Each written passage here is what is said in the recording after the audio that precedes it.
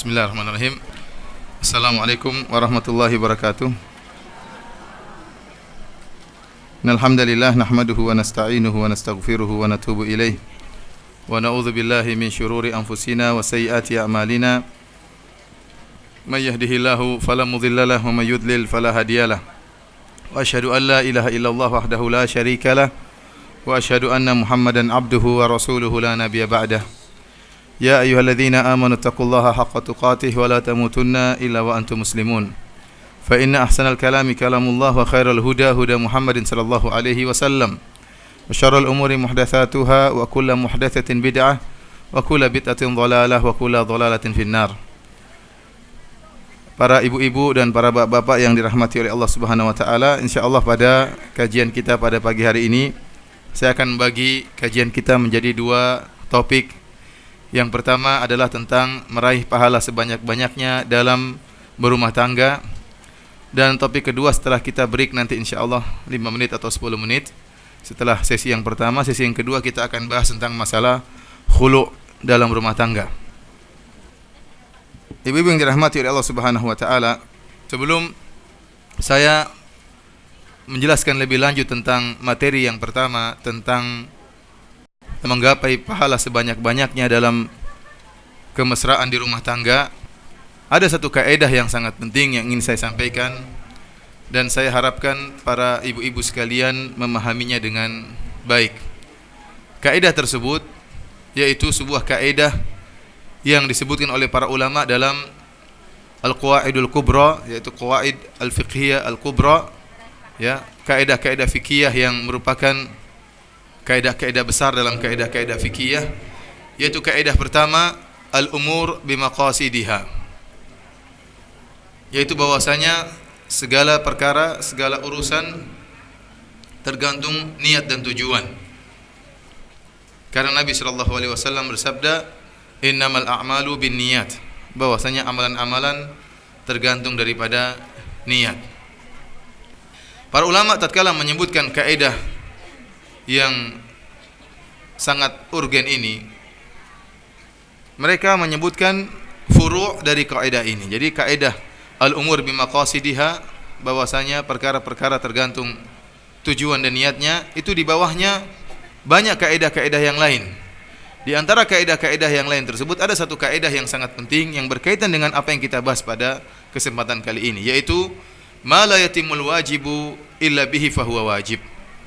Ya, apa yang suatu perkara, suatu kewajiban tidak bisa sempurna kecuali dengan perkara tersebut, maka perkara tersebut juga hukumnya wajib. Demikian juga kaidah ma la yatimul mustahabbu illa bihi fahuwa mustahab.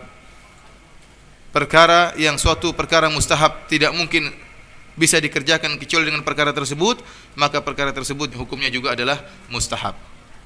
Sebagai contoh untuk menggambarkan isi kaidah ini, ya, kita tahu bahwasanya salat Jumat wajib bagi kaum lelaki, dan ternyata misalnya masjidnya masjid jami' yang untuk dilaksanakan salat Jumat jaraknya misalnya 1 kilo dari rumahnya, maka kita katakan wajib bagi dia untuk melangkahkan kaki menuju masjid tersebut, karena tidak mungkin dia bisa melaksanakan salat Jumat kecuali dengan melangkahkan kakinya menuju masjid tersebut. Maka hukum melangkahkan kaki menuju masjid hukumnya juga wajib, karena sholat Jumat juga hukumnya wajib.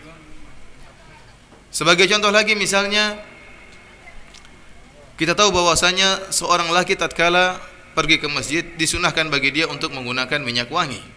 Minyak wangi, parfum, hukumnya sunnah. Maka tidak mungkin dia bisa memakai minyak wangi kecuali dengan membeli minyak wangi tersebut, maka membeli minyak wangi tersebut juga hukumnya sunnah. Ya, karena tidak sempurna pelaksanaan suatu yang sunnah kecuali dengan perkara yang lain, maka perkara yang lain juga hukumnya sunnah. Inilah kaidah yang penting yang akan sangat banyak keterkaitan dengan pembahasan yang kita akan bahas pada pagi hari ini. Agar kita bisa menggambarkan tentang bagaimana kita bisa meraih pahala sebanyak-banyaknya dalam berumah tangga, kita harus tahu bahwasanya pernikahan merupakan ibadah yang sangat mulia, ibadah yang sangat dianjurkan dalam Islam, ya. Ibadah yang sangat dianjurkan oleh Nabi sallallahu alaihi wasallam. Rasulullah SAW bersabda, tazawwajul wadudal walud. Nikahilah wanita yang subur dan penyayang. Rasulullah SAW bersabda, ya ma'syarasy syabab man istata'a minkumul ba'a falyatazawwaj. Wahai para pemuda, barang siapa di antara kalian yang mampu untuk menikah, maka menikahlah. Dalam ayat yang lain kata Allah Subhanahu wa taala, wa ankihul ayama minkum wassalihina min ibadikum wa imaikum iyakunu fuqara yughnihimullahu min fadlih wallahu wasi'un alim. Nikahkanlah orang-orang yang belum bersuami, nikahilah wanita-wanita di antara kalian, dan juga nikahkanlah orang-orang atau budak-budak yang siap untuk menikah. Iyakunu fuqara, jika mereka fakir, yughnihimullahu min fadlih, maka Allah akan memberikan kecukupan kepada mereka. Allah Subhanahu wa taala juga berfirman, fankihu ma tabalakum minan nisa'i masna wa thulatha wa ruba'. Nikahilah para wanita ya yang kalian senangi, 2 atau 3 atau 4. Terlalu banyak ayat-ayat dalam Al-Qur'an yang menganjurkan untuk menikah, dan juga hadis-hadis Nabi sallallahu alaihi wasallam yang menganjurkan untuk menikah, karena pernikahan merupakan ibadah yang sangat mulia. Sampai-sampai Allah Subhanahu wa taala menamakan pernikahan dengan mitsaqan ghalidha, suatu janji yang berat. Ya. Suatu janji yang berat. Ini menunjukkan pernikahan merupakan ibadah yang sakral, yang sangat dianjurkan dalam Islam. Karenanya ibu-ibu yang dirahmati oleh Allah Subhanahu wa taala, para ulama telah berbicara tentang mana yang lebih afdal. Apakah seorang lelaki yang dia meninggalkan pernikahan agar bisa lebih konsentrasi beribadah, untuk lebih bisa menuntut ilmu, untuk lebih bisa berjihad, untuk bisa lebih banyak sholat malam, untuk lebih bisa banyak berpuasa sunnah, apakah tipe lelaki seperti ini lebih afdal, ataukah tipe lelaki yang lain, yang satunya yang dia menikah, memiliki anak, kemudian waktunya tersita untuk mengurus istrinya, waktunya tersita untuk mengurus anak-anaknya, mencari nafkah, mendidik anak-anaknya, mendidik istrinya, sehingga ibadahnya berkurang? Mana yang lebih afdal? Jumhur ulama, mayoritas ulama mengatakan lelaki yang kedua yang lebih afdal. Lelaki yang kedua yang dia tidak sempat, mungkin kurang salat malamnya, mungkin kurang ibadahnya, kurang puasanya, ya, kurang sedekahnya, kurang jihadnya, kurang menuntut ilmunya karena sibuk mengurus istri dan anak-anak. Yang kedua ini lebih afdal dari pertama yang meninggalkan pernikahan karena ingin beribadah. Oleh karenanya seorang lelaki tatkala bersama istrinya membina rumah tangga, ya, ini lebih afdal di sisi para ulama, jumhur ulama, daripada seorang lelaki atau seorang wanita yang tidak menikah karena ingin berbanyak ibadah. Dalam satu hadis tatkala datang 3 orang menemui sebagian istri Nabi sallallahu alaihi wasallam, yas'aluna an ibadati Nabi sallallahu alaihi wasallam fi sir. Mereka bertanya tentang ibadah Nabi tatkala yang tidak mereka lihat, ibadah Nabi yang Nabi lakukan di rumah Nabi sallallahu alaihi wasallam. Tatkala dikabarkan oleh istri Nabi sallallahu alaihi wasallam, fa ka'annahum taqaluha. Mereka menganggap kok ibadah Nabi enggak banyak tapi sedikit. Akhirnya 3 orang ini pun bertekad untuk memperbanyak ibadah. Ada yang mengatakan, ya, usallil lail wala anam, saya akan salat malam terus dan aku tidak akan tidur. Yang satunya mengatakan, aku akan berpuasa terus dan aku tidak akan berbuka.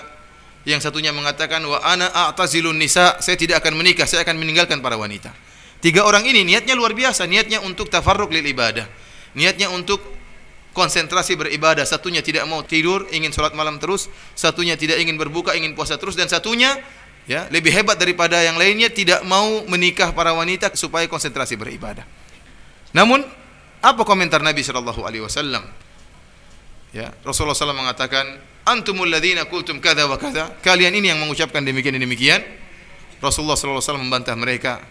Kata Rasulullah SAW, ana usolli wa anam. Saya sholat malam dan saya tidur. Wa asum wa uftir, saya berpuasa dan saya berbuka. Wa atazawwajun nisa, dan saya menikahi para wanita.